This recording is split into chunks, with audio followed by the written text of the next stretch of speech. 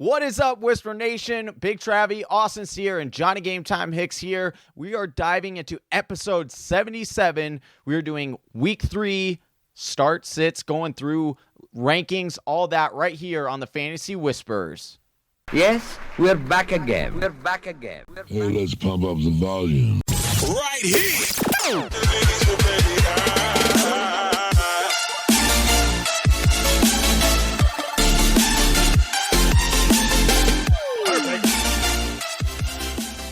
What's up, Whisper Nation? It is Thursday, September 19th, and you're listening to episode 77 of the Fantasy Whispers with your hosts, Johnny Game Time Hicks and Big Travy, and me, Austin. If you want to follow the show, you can do so on Twitter at TF Whispers. You can also find us on YouTube and Instagram at The Fantasy Whispers, and you should definitely visit the website, thefantasywhispers.com. We have articles, latest episodes, and of course, our rankings. And new from 2019, we have our Patreon account. So head on over to patreon.com and search The Fantasy Whispers to check us out. Yeah, buddy. We're in it. We're in it here. We are back. Well, week 3 is upon us, so we're back here for the rankings reaction episode. Really stoked about that. But first, Whisper Nation, I want you to stop what you're doing. Unless you're driving, keep driving. If you're driving, tell Siri to set you a reminder to stop what you're doing after so that you can go over to YouTube and hit like and subscribe. I know that if you did that, you would enjoy this content because we're putting it out here multiple times a week. We got our man Austin in here, star of the Whisperspective, which right now you guys can go see on YouTube if you were liked and subscribed. Also, Austin, what was the Whisperspective on this week? This week's Whisperspective touched on Antonio Brown signing with the Patriots and how this might actually impact their legacy, what legacy means, and how your legacy in your fantasy football league could be remembered. I love that. We're all three in our league of record together, right, Johnny? So we all know a little bit about legacy. Johnny, you do a lot of work on the spreadsheets and metrics with our league to kind of build on people's legacy. Yeah, I try to, put data behind it, and so we can look at it. It's always fun diving into that kind of stuff. It also helps with trash talking. We always bring up that kind of stuff. So it is a lot of fun. I love it. And new to the channel, Austin now is doing a 2-minute drill that gets released on Fridays. That thing is awesome. He runs down every single team in under 2 minutes. It's quite impressive, and he gives you sits, starts, all of that. It's really great. So good job by Austin over there. Yeah, and that's just all part of liking and subscribing here on YouTube. So go ahead and do that. That one's great too. You just get like all the info you need for every fantasy relevant player within 2 minutes. Yeah, and it's funny as beep. Yeah, exactly. Well, this is our rankings reaction episode. It comes to you every Thursday. Gets you prepped. That's 3 days you have to listen to this. Get you prepped for some start sit, some rankings talk. And as always, if you want our full rankings, head over to thefantasywhispers.com and check those out there. But before we jump into this ranking show, guys, we're going to jump into some news and notes brought to us by Fanatic. So, Austin, why don't you kick us off with those news and notes? Number one we got here is NFL has reported that Cam Newton is in a walking boot and is trending towards not playing. Johnny, how does this impact the Carolina Panthers and their other playmakers that you might have on your fantasy team? You're definitely downgrading them a little bit. Now, listen, Cam was never truly healthy at all this season. So is it really going to be a giant, letdown? They are against the Cardinals. That defense has actually been better than what we thought it was going to be, but it's going to be a lot of plays. So when there are a lot of plays ran, you tend to have higher fantasy production. I don't want to have to start anyone in this game. DJ Moore, if I have to, I like Greg Olsen, but you certainly are going to downgrade them for certain. Fair enough. I'm glad to hear you say that about Greg Olsen because I picked him up today in replace of David Njoku. So I like to hear that support there. Moving on, Josh Jacobs' hip was limited at practice on Wednesday. Is this anything we need to be concerned about, Travy? What I will say about this is I think it's fine. I think they're limiting his reps. They want this guy to handle 60-70% of the workload as far as rushing is concerned in Oakland. But I will say, go swoop up Jalen Richard here in case anything were to happen to Josh Jacobs, especially if you're in a deeper league. Jalen Richard spent last year splitting a lot of the target market share with Jared Cook as far as who could Derek Carr throw it to, because his average, pass attempt is like 5 yards. Yeah, and the other thing to be concerned with is it's a hip and it's also a groin. There's a little bit of confusion that we're dealing with. Yeah. Never like to hear that Exactly. one. Anytime your groin is impacted. Oof. Oh. Yeah, groin's got Deshaun Jackson out 2 weeks right now, at least. So At least, we could see some buy or some flex appeal there with Richard. James Conner right now missed practice on Wednesday. He's dealing with a knee issue. Claimed he's good to go, but Johnny, is this concerning to you at all? Yeah, I mean, anytime you get a running back who, comes out of a game, there's been a bit of uncertainty there, and as well as there is a backup running back in Jalen Samuels that is more than capable of getting the job done for a week or a small period of time, it is concerning. However, it seems, this is early enough in the week. It seems like he is on track to start. Again, pay attention to this story. We do go live on Sunday mornings right here on YouTube and on our Instagram page, and we will definitely tell you the ins and the outs. So if he does end up being an out on Sunday, then we will certainly let you know there. But as of right now, if the games were today, I would be playing James Conner. I would feel confident in that matchup. Right on. Moving on, LaShawn McCoy, Kansas City Chiefs running back, missed practice on Wednesday. We're dealing with an ankle issue over here. Big Travy, what does this mean for the Chiefs? What does this mean for LaShawn McCoy? What does this mean for their other pieces? So McCoy's out this today. He had an MRI slated yesterday, or Tuesday, I should say, and it didn't show any structural damage, but he missed practice. We have Damian Williams also missing practice, who was pulled from the game against Oakland. And so now we're sitting here talking about a guy we were kind of boasting during preseason before McCoy was added and before Williams came back from injury, and that's Darwin Thompson. So I'm really excited about the prospects for Darwin Thompson. Should anything happen to McCoy and he had to sit and Williams had to sit, the way I worked my rankings this week, the way they're reflected, you can see those. Basically, LaShawn McCoy will probably start this game with Darwin Thompson mixed in, and because they're being so quiet on Damian Williams, I just don't think he's going to play. All right. Sticking with running backs whose last name starts with M and has only one vowel, Marlon Mack. Johnny, Marlon Mack's calf caused him to miss practice on Wednesday. He was spotted with a walking boot, not in a walking boot, but carrying one. Yeah, it's his new accessory.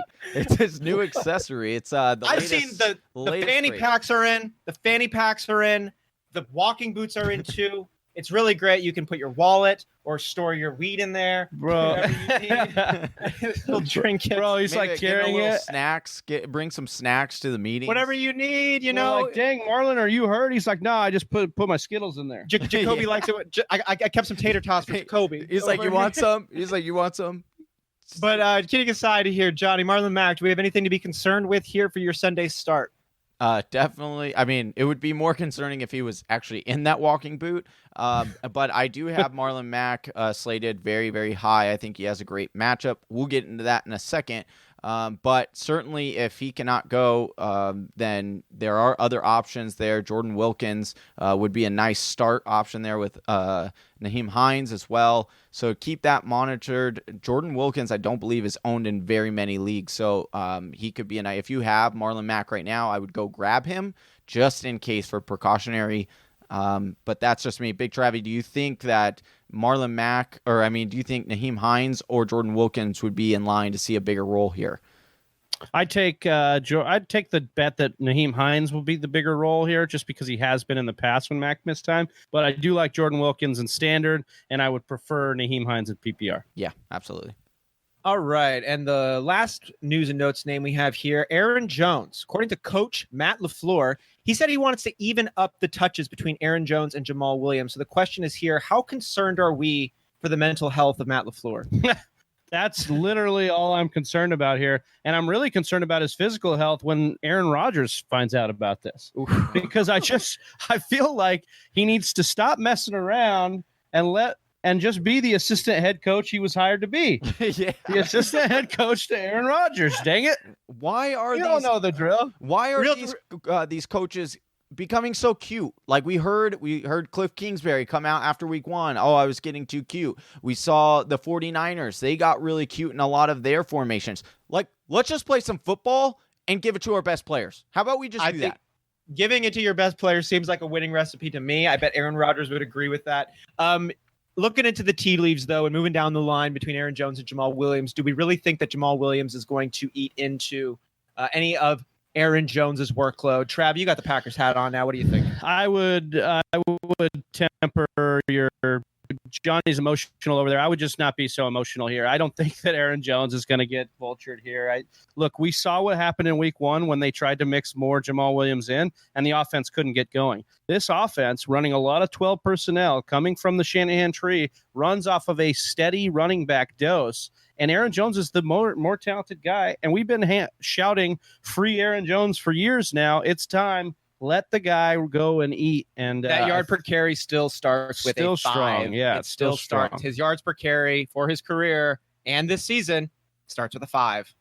So good. All right. Well, that was news and notes brought to us by Fanatic. That's FANATIQ. That's where fantasy meets IQ. If you have any Apple device, even an iPad, you can go over to the Apple iStore or App Store and download Fanatic today. They have a great app. Go over there. Don't go to the Apple iStore. That's not a good place to go. Is that even a thing? No, it's not. I was just. Oh, it's like Apple Vision. All right, so we're jumping into the show now, guys, and so I wanted to just remind Whisper Nation what we're doing here. So every week we submit our rankings to the website. You can go get those at thefantasywhispers.com. But before they hit the website, we send them over here to our buddy Austin so he can check them out, talk about them, look at them, weigh them against the court of public opinion, and see what he likes, what maybe we need to talk about a little bit, and what you guys might be deciding on in your lineups between guys that you may be benching or starting. We don't want to talk a ton about, the guys we know you're going to start. Saquon Barkley, Ezekiel Elliott, Patrick Mahomes. You're going to start these guys. We want to dive into the guys that maybe you're concerned about or a little too high on. And so, Austin, you want to elaborate a little bit more and then get us started here? Absolutely. We're going to start off with the tight ends. And what we're going to do for the tight ends, the running backs, the wide receivers, and the quarterbacks is go down the list of rankings. And when I found a high discrepancy, meaning Big Travy had a high ranking on it and Johnny Game Time had a lower ranking on it, we're going to talk about that one, or vice versa. If Johnny was high on a guy and Travis was low on a guy, we're going to talk about that one as well. I also threw in a court of public opinion pick. This was a name that either stood out to me as wow, I didn't expect to see this guy so high, or maybe on the other side, I didn't expect to see this guy so low, or maybe it's just a new face to the league who deserves a little bit more conversation. With that said, we're going to kick it off with tight ends. The number 1 tight end consensus was Travis Kelce. No surprise there. Number 2 is Mark Andrews, tight end for the Baltimore Ravens. Both of you have high rankings on Mark Andrews. Johnny has him number 1. Travis has him number 2. I want to get a little bit of a weigh-in on that, as Mark Andrews is a somewhat new face of the NFL, certainly a new face to the upper echelon of tight ends. We've seen him do well. We've seen him as Lamar Jackson as his quarterback, but number 2 is very high. Where does that really come in? We'll start off with Johnny on this, as he had him as his number 1 overall tight end for the week. So a lot of people are probably going to be shocked and be like, how can you ever have Mark Andrews over Travis Kelce? And to me, it comes down to this game, right? They play each other this week. You look at the target market share between these two. You have Mark Andrews getting 28% of his team's market share, and yet he's only playing 68% of his team's snaps at the tight end position. It's insane what he is doing right now. Imagine if you were to play, 80 to 100%, it would be off the wall. And then you look at Travis Kelce. Now, I understand with Tyreek Hill gone, he is going to see more target shares, and I absolutely believe that. But you're looking at Travis Kelce, who's getting about 22 to 24% market share on that offense. And yes, it is a pass-happy offense, and you have Pat Mahomes, but you also have Lamar Jackson on the other side. And Pat Mahomes has more weapons than Lamar Jackson does, as well as you look at just the defenses. Baltimore has a much better defense, and so I feel like they can bottleneck up Travis Kelce a little bit more than what Kansas City can do against Mark Andrews. So when I break it all down and put all that in there, I have to go with Mark Andrews as my number 1 ranked tight end this week. Yeah, I like what Johnny's saying here. I get it. I don't think the question is why is he above Travis Kelce. It's more like why is he in this tier, right? Why? That's right. How could you make him be in this tier? And I think the question is answered in his production this year and the tail end of last year. You look at the tail end of last year when Lamar couldn't really throw. He could only throw to Mark Andrews, and so he established a chemistry with this guy that's going to last no matter how good or bad Lamar Jackson does. So his floor stays high as a target monster for Lamar Jackson. 18 targets, 16 catches, 220 yards, a 10.5 average depth of target, and 42 fantasy points in half PPR formats. I'm not afraid of the Kansas City matchup. Johnny spoke to it a little bit. Tyrann Mathieu is probably the guy going to be lined up against him. And we all love Tyrann Mathieu from his days with the Cardinals. I know that we love him, but he's more threatening in name value than he is as a shutdown guy, especially for big bodied tight ends. And so for me, I think for this week and going forward, you could be locking Mark Andrews in as a top 5 tight end. I think that rapport is going to continue to grow as the season continues as well. And Mark Andrews is going to be staying in your lineup. All right, we're going to work our way down now to the next tight end. We had a lot of consensus ones built in here throughout all of the tight end ones and getting even into the tight end 2s, but we'll work our way through those ones. Number 3, George Kittle, followed by Zach Ertz, Evan Ingram, Greg Olsen, Darren Waller out of Oakland, Austin Hooper, Vernon Davis of Washington, TJ Hawkinson, the rookie tight end out of Detroit, Tyler Eifert, Vance McDonald in Pittsburgh, Jimmy Graham over there in Green Bay, Delaney Walker out of Tennessee, Noah Fant, rookie tight end of Denver, Jason Witten, the perennial one in Dallas Cowboys, James O'Shaughnessy with Jacksonville, Will Dissly, and Eric Ebron here coming in at the tight end 19 marker. He was ranked 26 by Johnny and number 14 by Travis, just outside of the tight end 1 marks. Travis, you had him ranked at 14. What do you think about him? I know he's a fringe starter for you there. Yeah, so he's a guy who I spent a lot of the offseason bashing just because I feel like his target market share was going to have to come down. He was going to run less routes and be on the field less than Jack Doyle, and so that's a lot of the experience there. But this week I'm kind of okay with him. I've looked at over the last couple weeks, right? And the Colts really have a Hilton-dominated market share here. That's T.Y. Hilton, 27% of the team targets. The second closest is Eric Ebron with 13%. So it's more about what they're going to have to do in this game. They're at home playing Atlanta, who's coming in hot off of a win against Philly. They're going to have to throw the football to stay in this game, I imagine. Well, and I think right now, Vegas has them as 2-point favorites, actually, at home. Yeah. But I still believe they're going to have to throw the football to stay with Atlanta. I look at Atlanta as the better football team, in my opinion. I may be wrong there. Vegas maybe disagrees, but I just look at it right there. And so I think that they're going to have to throw. I think if they do, they'll lean on Ebron. Now, I'm not saying you have to go start Ebron, hence my ranking at 15, but I'm saying he could be a streamable option this week. And he's had 2 shots at 2 touchdowns. He caught one last week. He had one that he dropped the week before. Johnny, you kind of disagree here based on that ranking. Give him a 26, which is basically saying even if you're in a 2 tight end league, you don't want him. I don't. I just don't like the matchup this week. Look, Indianapolis Colts have been running the ball more than they have been passing. They're about, right now, it's about 54% rush to a 46% run. Excuse me, I can speak there.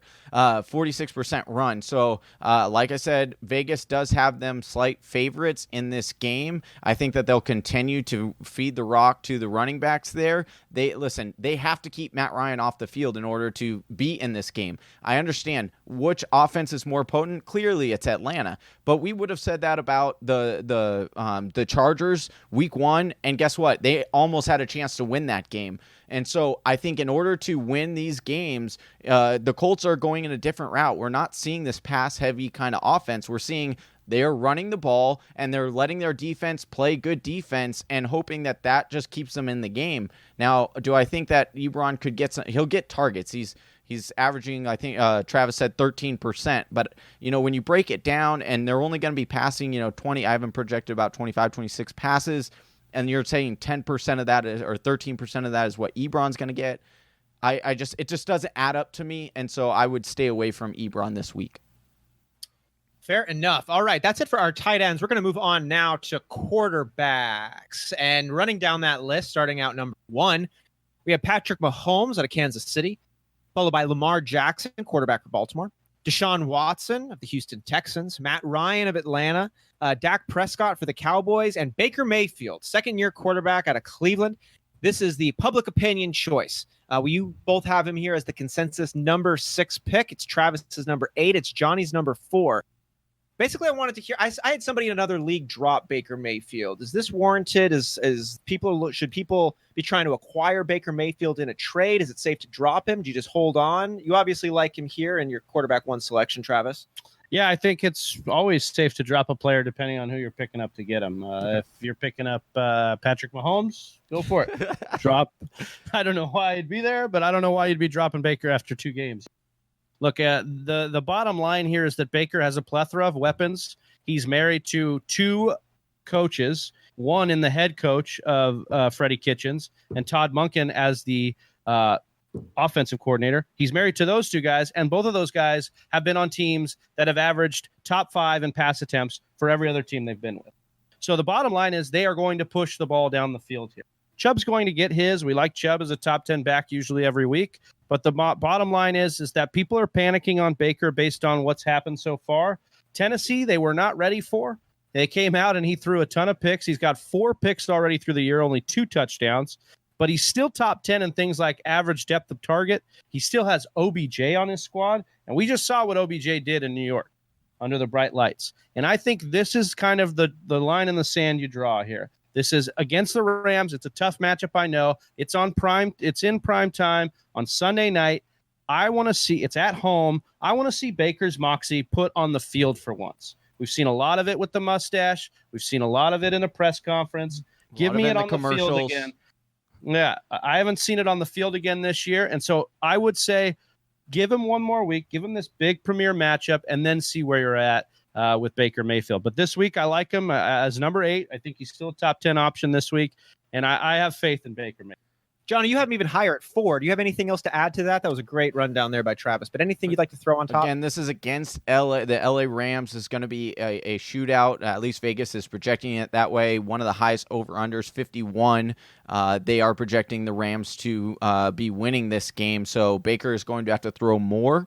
And I think that he will do a good job this week. I think he's, again, the preseason isn't really the preseason anymore. They don't really play in the preseason. So the first few weeks are all, that is the preseason. That's when teams are really getting, gelled and figuring things out. And let's also remember, OBJ and Baker haven't really played that much together. Baker sat out the entire preseason. They're new together. They're developing that chemistry, and we saw a bit of that this past week when they hooked up for a monster touchdown. We did. Yeah, so I would not be dropping Baker Mayfield. Now, if he does struggle again this week, then you really do have to have that consideration, or at least trying to trade him away. But I think this week he is a very solid option. I think that, like Travis said, I think he's going to wake up feeling dangerous.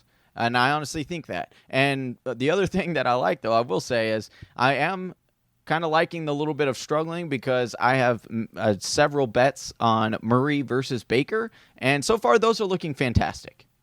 So we're hearing positive things about Kyler Murray, and sit tight with Baker Mayfield. Always for positive now.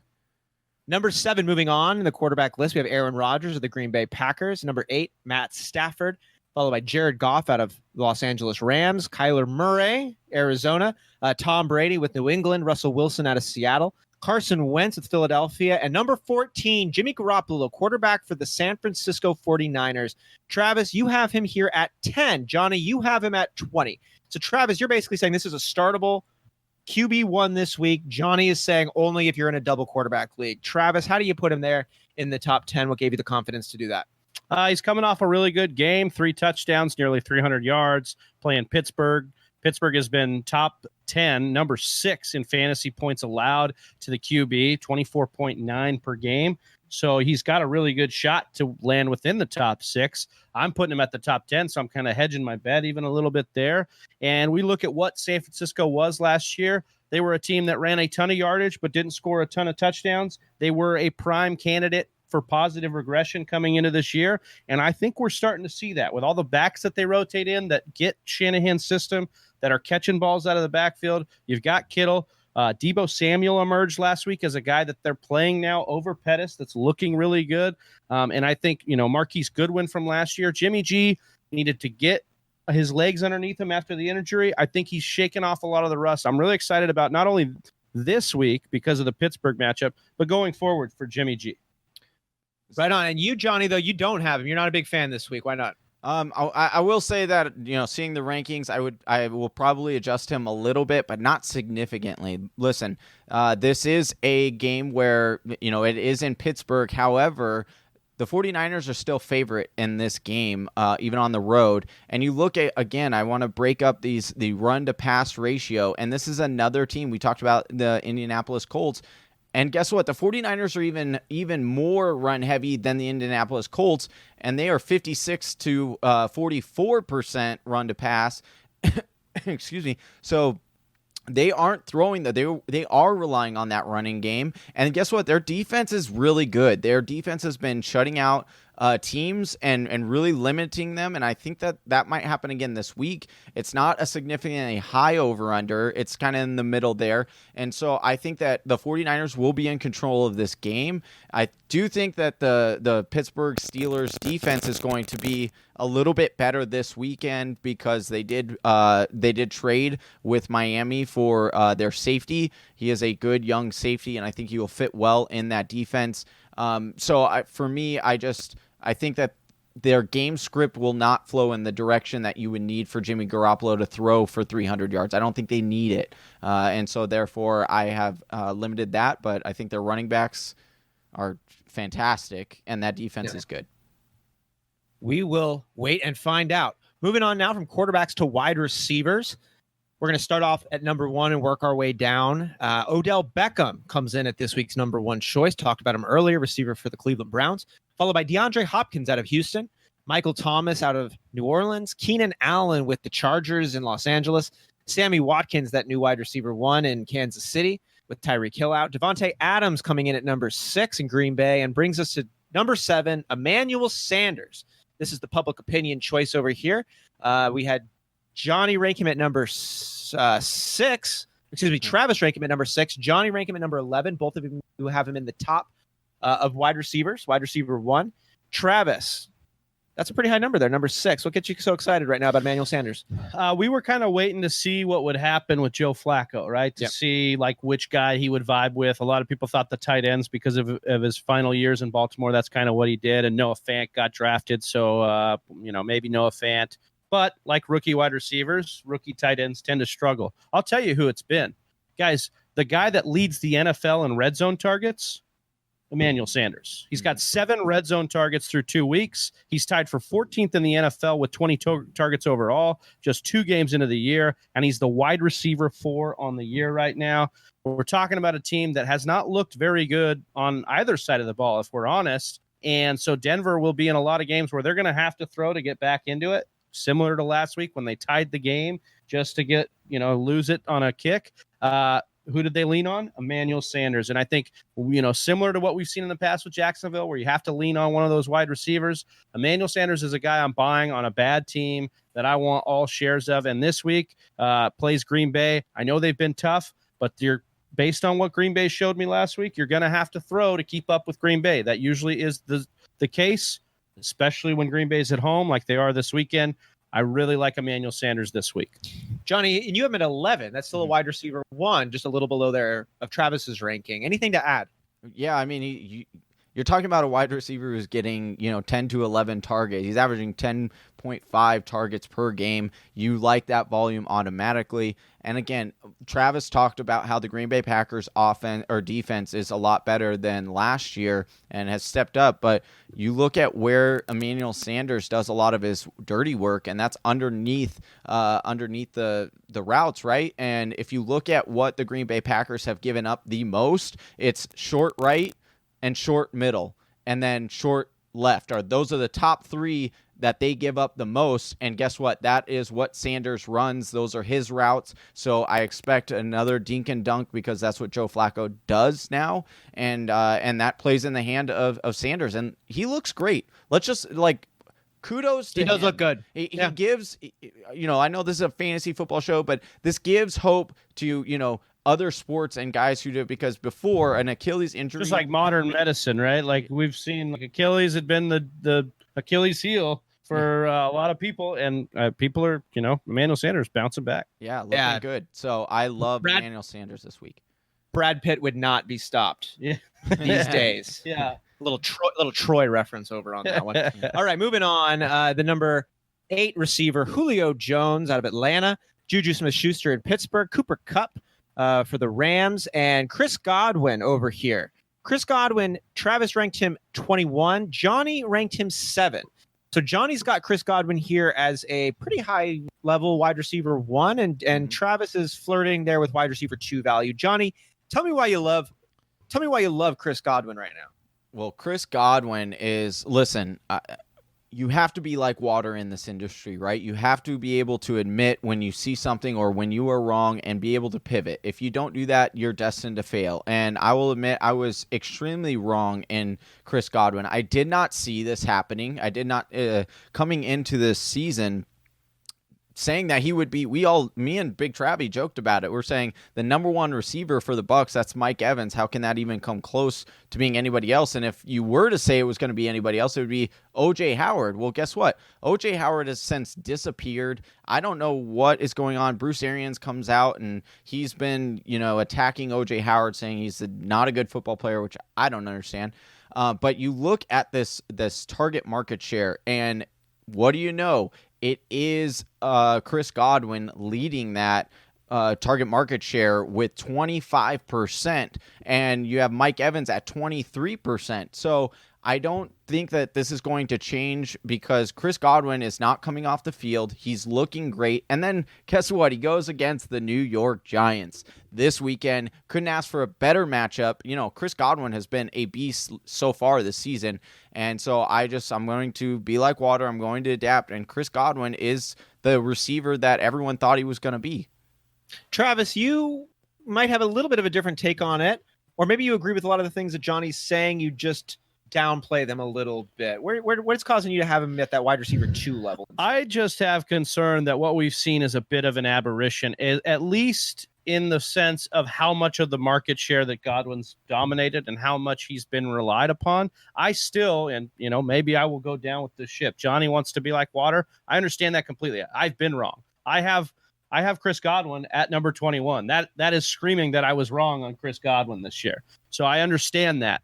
I would just say that I think things are going to start to shift back to Mike Evans dominating as the wide receiver 1 in this offense, with some great games out of Godwin still. But I like Evans here. And what more of a get-right game than what Johnny's talking about against the Giants here? The Giants, on average, are giving up 36.7 fantasy points per game to wide receivers. I think Mike Evans, maybe even OJ Howard, could finally get it going here. And I think that would downgrade for me just a little bit Chris Godwin, but just a little bit to wide receiver 21, which is still a wide receiver 2.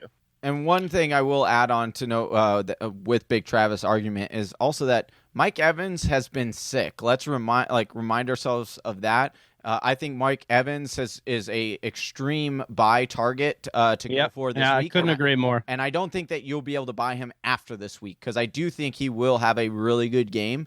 And like I said, Mike Evans was sick with the flu. He was not healthy. He was just basically rolled out there week 1. Week 2, he's still trying to catch up. So I think this is a get-right game for Mike Evans, but I still think Chris Godwin is going to ball out. Right on. Moving on there, number 12, we have DK Metcalf, followed by Larry Fitzgerald, the legend himself. 14, DJ Moore in Carolina, which brings us to Kenny Golladay, the number 15 consensus receiver, where Travis has him at 7, where Johnny has him at 26. Travis, this is like a tail. It's a flip-flop of Chris Godwin. We're just on opposite stances, right? I didn't mean to jump right into that, but I just felt like saying that here. I think it's the same thing for me, where I see an opportunity here for this matchup in general.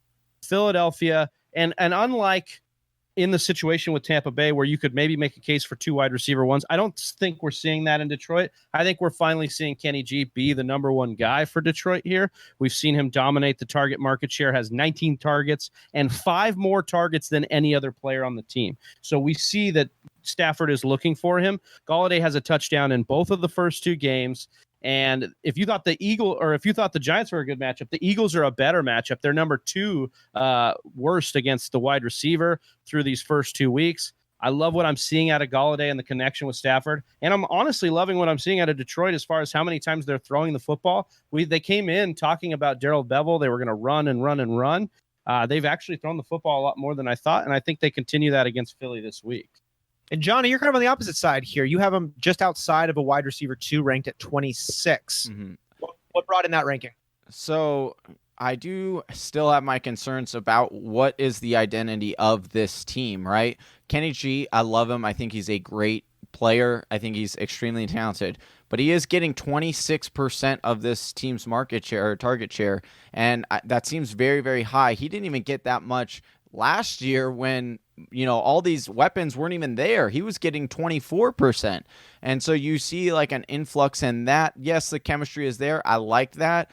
But you're looking at the matchup this week against Philadelphia, and it is a high over-under. Philadelphia is at home, but they are 7-point underdogs. So I do it. They, the Detroit Lions, they released C.J. Anderson this week. I think that bodes well for Kerryon Johnson. I think they're going to feed him. I think he's going to have a monster game. And, the over-under would indicate that. They are going to probably run the ball more because they'll be ahead. Also, if you look at what Philadelphia gives up, and they really don't give up too many deep balls, and that's where Kenny G kind of gets his money and makes his hay, are, deeper targets, and they're really not giving up a whole lot of those compared to the short and intermediate routes. So I do have my concerns with Kenny G this week against Philadelphia.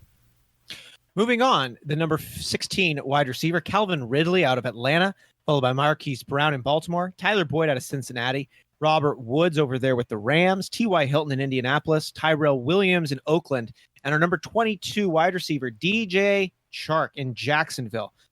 You had Travis, him at the number 31 ranking, which is wide receiver 2 territory, or wide receiver 3, excuse me, maybe a flex. Yeah.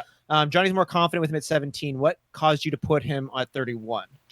First of all, I have to say I love the way you pronounce it. His last name. I've been calling him Shark. You say you kind of like it's not. You don't say Chark or Shark. It was like Shark. I don't know. It's smooth. Try to do it again. I can't. I don't think you can. But like, I'm gonna save that clip because I think that was the perfect pronunciation. We're gonna send it to him. Maybe he'll shout us out. Either way, I just have maybe this is bias from being burned on Jacksonville wide receivers in the past. But I have a problem trusting in one guy to be the guy. I mean, after week 1, we were screaming for D.D. Westbrook. All through preseason, we were screaming for D.D. Westbrook. Now, after 2 weeks, we're saying, oh, it's DJ Chark or Shark or Shark, whatever. I have my trust issues there. I also have trust issues with Minshew, not off the football field, because the dude is 100% swag on fleek. I mean, I thought I was in love with Austin's mustache. I may have found one better in Gardner Minshew's, just a little.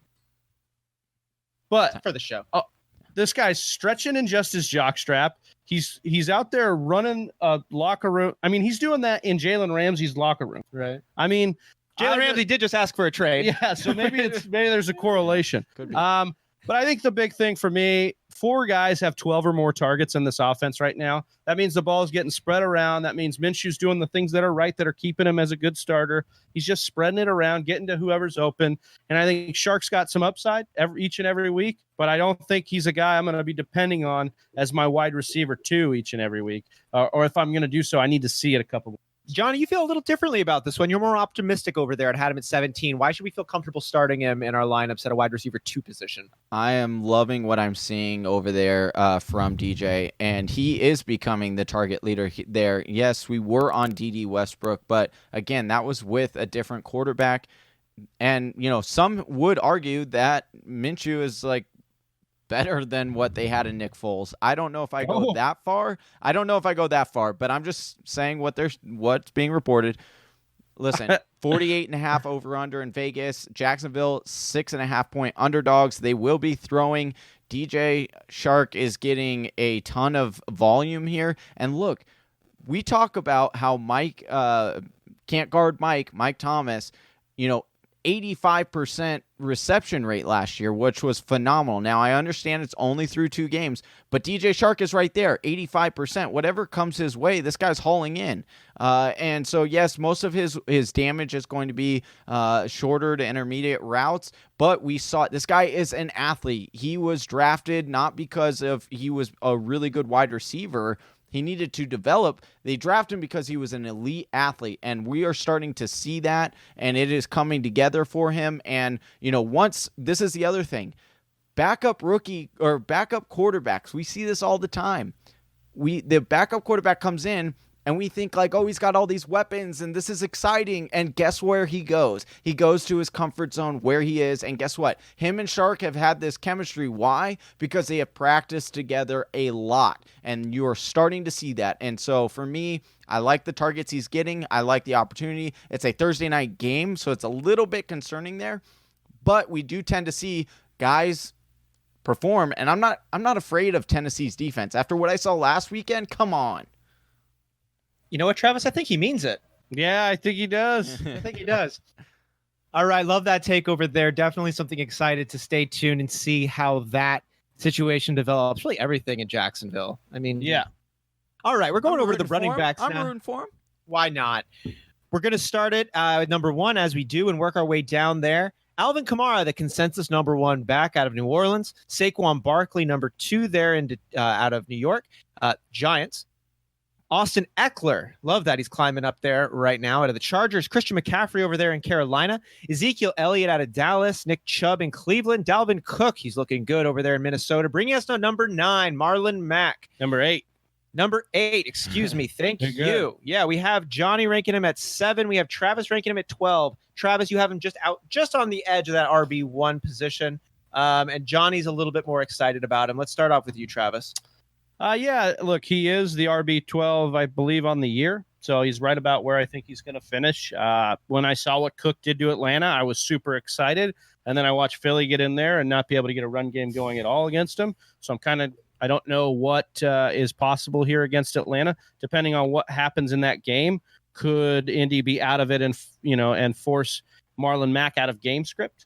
Once again, similar to the take above, I believe Atlanta's the better team here. Vegas, it's definitely. I love that Johnny brought up the spread in this game. It is, 2-point favorite is Indy here, but I bet on Indy, or I bet on Atlanta here because of that spread. I just think that they're going to be playing keep away from Atlanta as much as they can, but how long will that last? Mm-hmm. But still, I think he's an RB1. He's got 5 yards per carry. This is just a guy that lives on game script. He has, and it was part of the concern coming into this year. Would he be able to sustain RB1 status without Andrew Luck?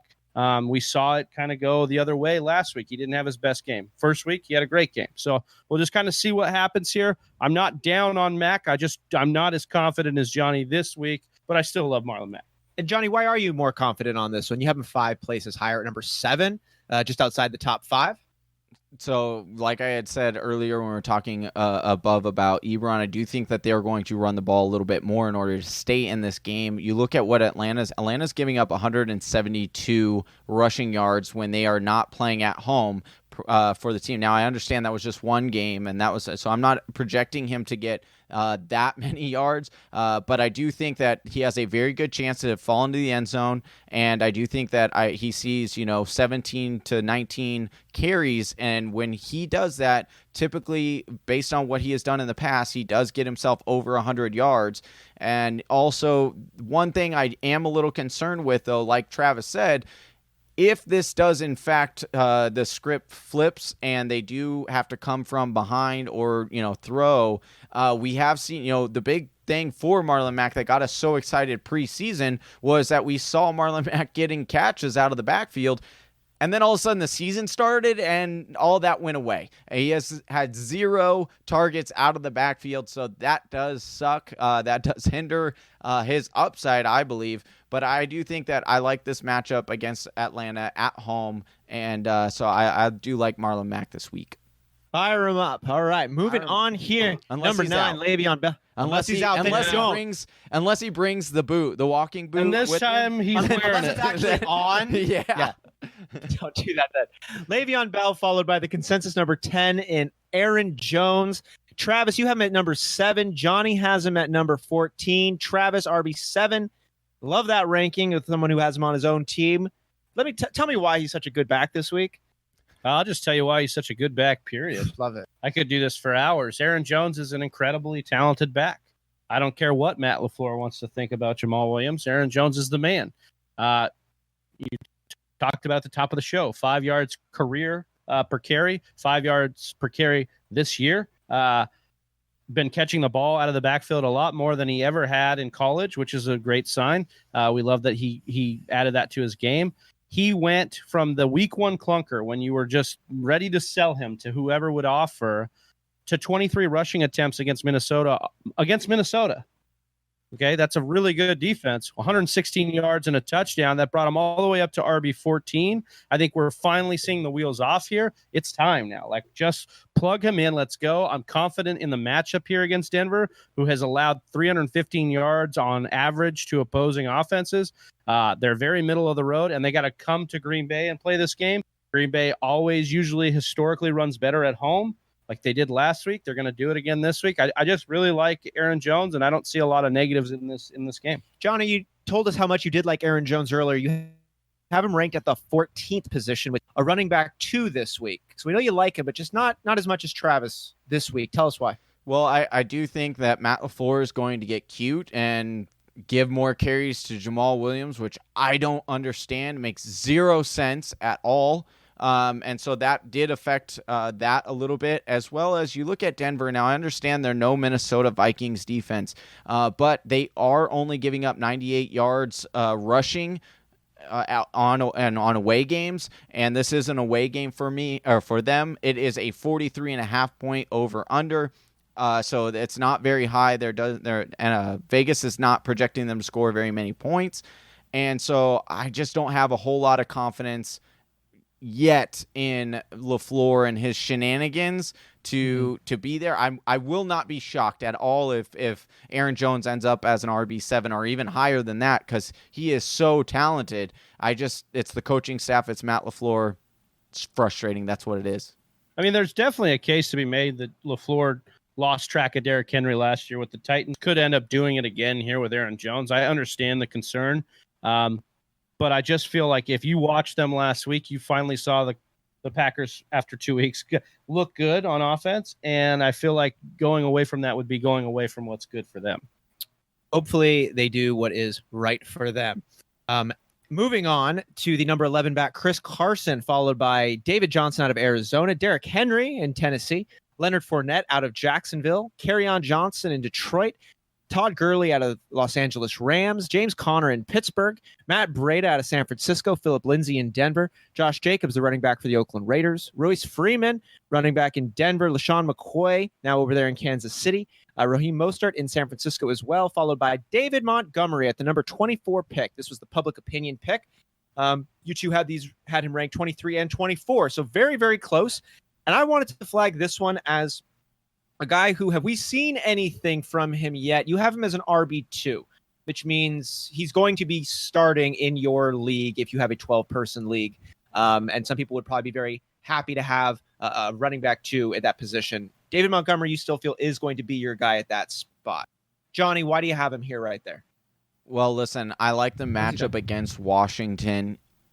I also like that what we saw from Matt Nagy from week 1 to week 2, he got a lot of he got scrutinized quite a bit for not giving David Montgomery more carries and more touches after, seeing what we saw on the film. He breaks tackles. He's a monster when he runs the ball.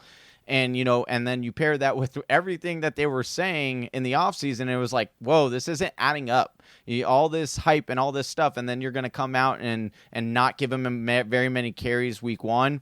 And then he flipped it. He gave him 18 carries last week, and he looked good, and he continues to look good. And I don't think that you're going to be able to buy him low very much longer. I would try to make an offer for him right now if you can. Try to pry him away because he will be a very good running back. And listen, Tyreek Hill or Tariq, not Tyreek Hill. Tariq Cohen. Tariq Cohen, thank you. He's not getting the ball very much running it at all. Mike Davis, can I say it, Travis? Or are you going to get mad? We don't want him on the show, do we? because I'll just say it right now, Mike Davis is trash. He's garbage. And so David Montgomery is the cream. Well, we lost our chance to get him on the show now. But he, we always say this, talent will rise to the top. At least we hope it will. And I think that we will continue to see that with David Montgomery. They will continue to give him more and more carries because he is that talented. Give me that Travy take. Yeah, I just want to build on what Johnny's saying here. Like, Austin, you came in and said, what have we seen so far, right, that makes us feel confident in David Montgomery? Well, one, he's one of the most dynamic running backs ever to come out of college as far as breaking tackles. I mean, that more than Saquon Barkley, more than Ezekiel Elliott ever did in college. Like, he was the guy for that metric. So that's great, right? Then we saw a bunch of practice and preseason where he looked really good. Okay, so yes. The concern is we saw week 1 on Thursday night prime time. So that bias is right there in our brain saying Montgomery looked like crap. What the heck? Montgomery looked bad. Mike Davis is getting more takes. Well, as Johnny alluded to, maybe not so nicely, Mike Davis did nothing against Denver. 3 carries for a yard.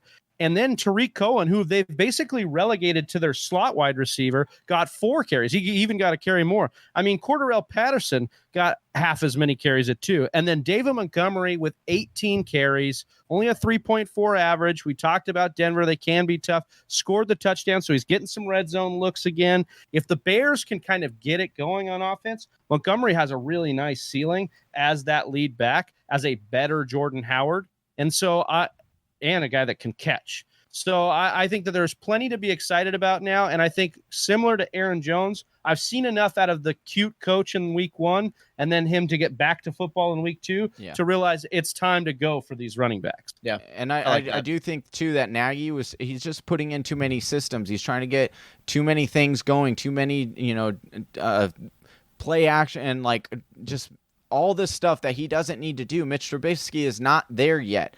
You give him what he had last year. You stick with one running back, maybe change in Cohen, to refresh. But I think that's where it's going to move because that's when we saw this Bears offense actually move the ball.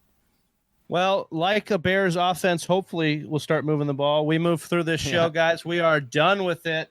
We've done it all. We've walked through these guys. But Whisper Nation, if you've got any guys that you're intrigued about or want lineup questions, get on that YouTube, hit like and subscribe, comment on that screen right there, and we'll answer those questions as well as hit us up on all social media, and we can answer those questions as well. Austin, thanks so much for diving into this with us. Johnny, as always, so much fun. If you guys want any more content, Whisper Nation, go to thefantasywhispers.com. And, of course, for Johnny Game Time Hicks and Austin Sear, I'm Big Travy, and we are the Fantasy Whispers. We're out. Peace. Peace. Catch us live Sunday for your lineups. Thank you for listening to the Fantasy Whisperers podcast. You can hear more from John and Travis on Google Play, SoundCloud, and iTunes. You can also follow us on Instagram, Facebook, and Twitter at TF Whisperers.